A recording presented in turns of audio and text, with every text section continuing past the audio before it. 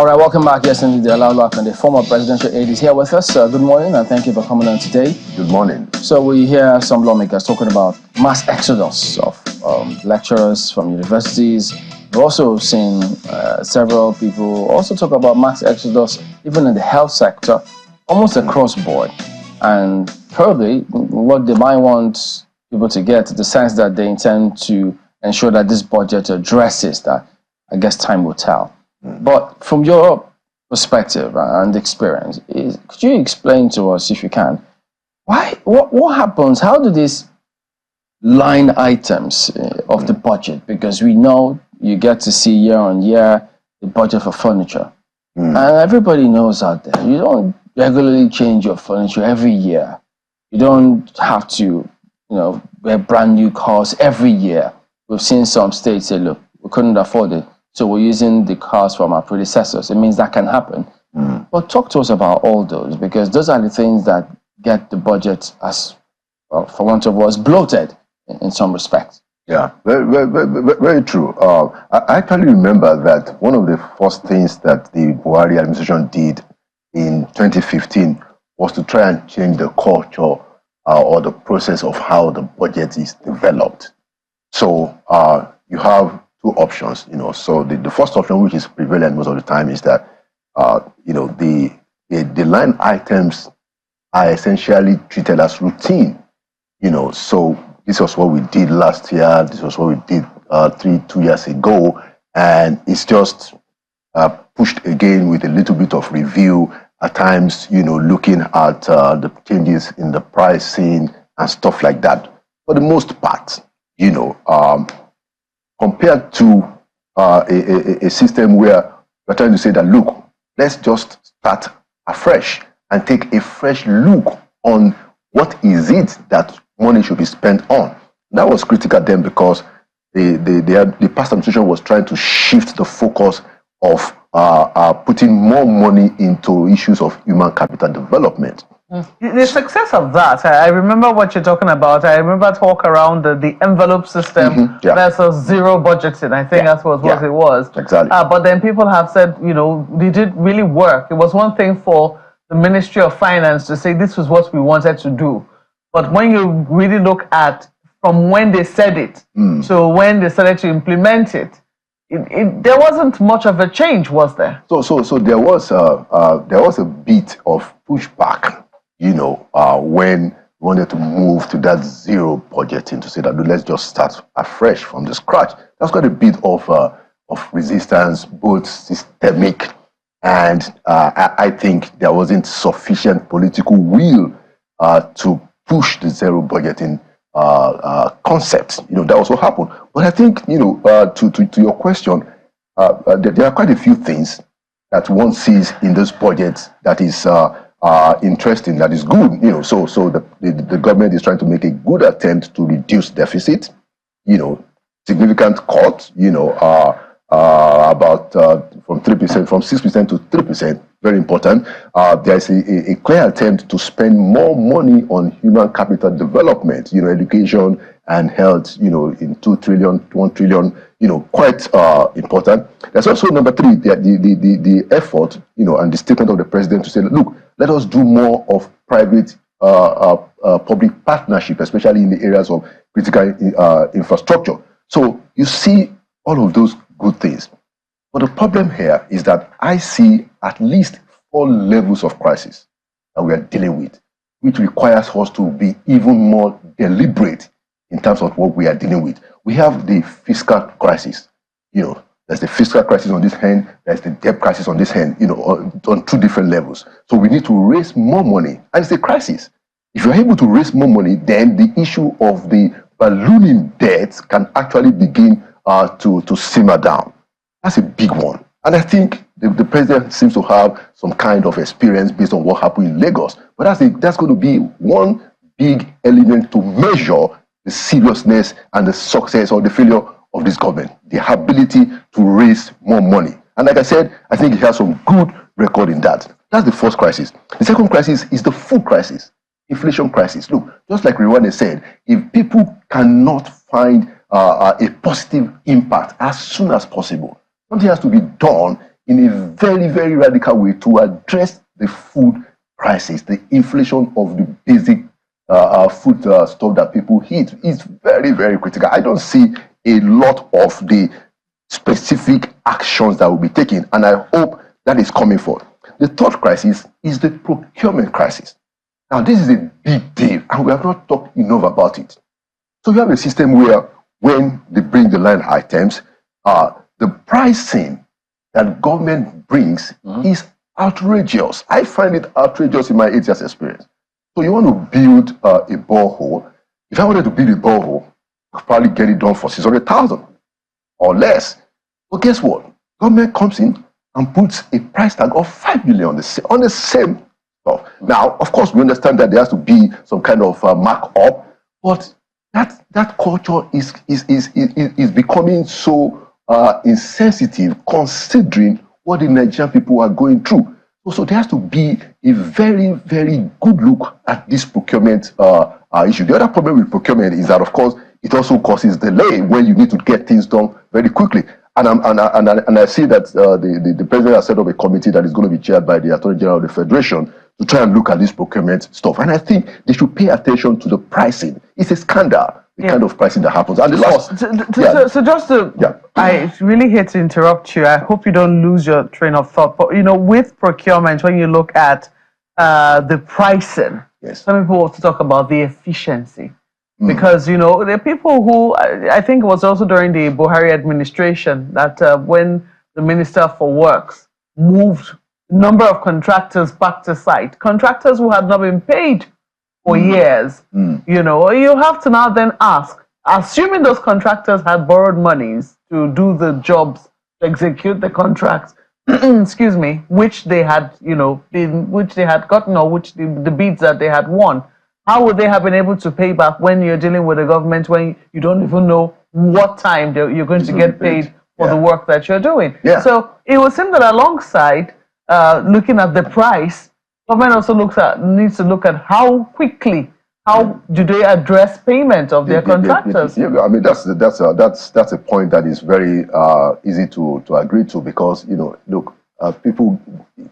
A laborer is worthy of his wages, you know. So if contractors have been given a job to do and they don't have the resources to do it, there's going to be another problem, which is another problem that goes with the fiscal crisis. A lot of the spending in the infrastructure it is clear that federal government, the public sector, cannot on its own sort the problems in infrastructure. The government doesn't just have the money to do it. It's just not going to happen.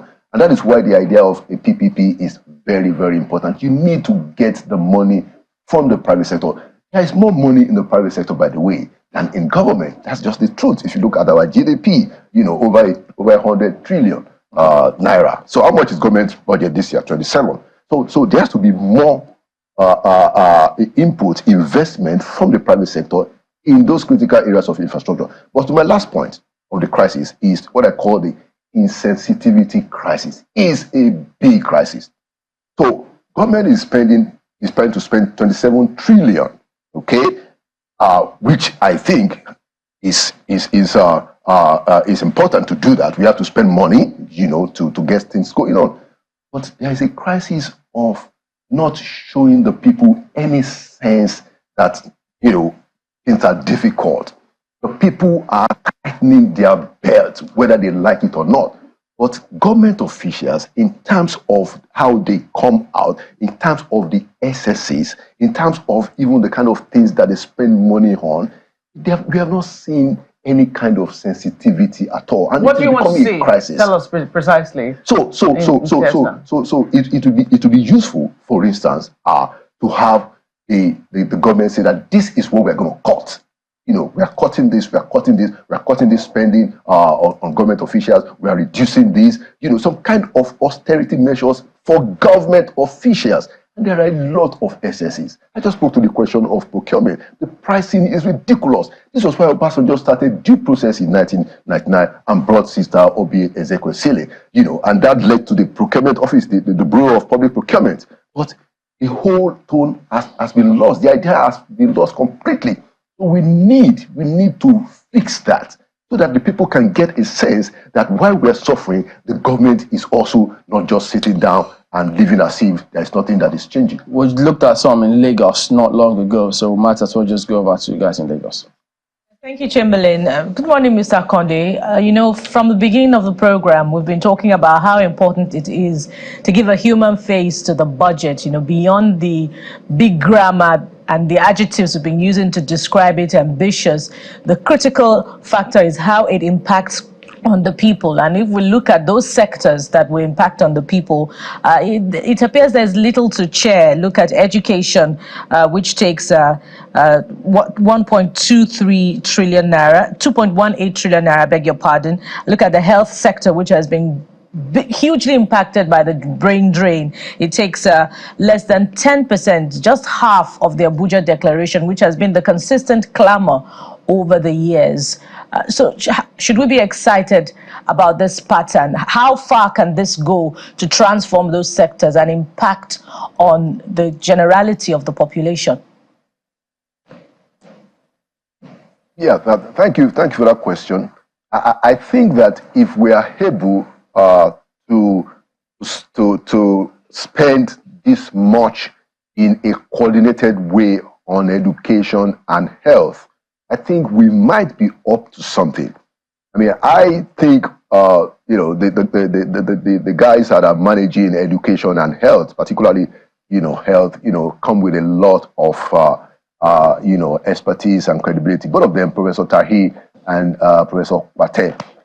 So with this increase in health and education, if we are able to get the money out into the right places, if we are able to have the required coordination with the state governments, you see, because issues of health and education, they are essentially, you know, concurrent list, and so there's a lot of drive, you know, that the state must be involved. If we are able to get that collaboration and get the money out, we might be able, this government might be able to create some positive impact. You know, the devil is in the details, you know, as they say. But I think the fact that there has been an increase, you know, in the spending, in the estimated budget for those two areas, I think is a good thing. The question is, what is going to happen with implementation?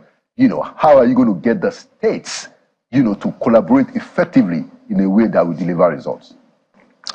Well, my question is quite simple, Mr. Conde, and it goes thus: if 600,000 naira will build or drill a borehole, and the money budgeted for it is 5 million naira, and it looks like it's still a trend till today, who keeps the 4.4 million naira? Is it shared between the contractor and the agency in charge? So we know at least the people we should look to get our Commonwealth back from. Yeah, you know, and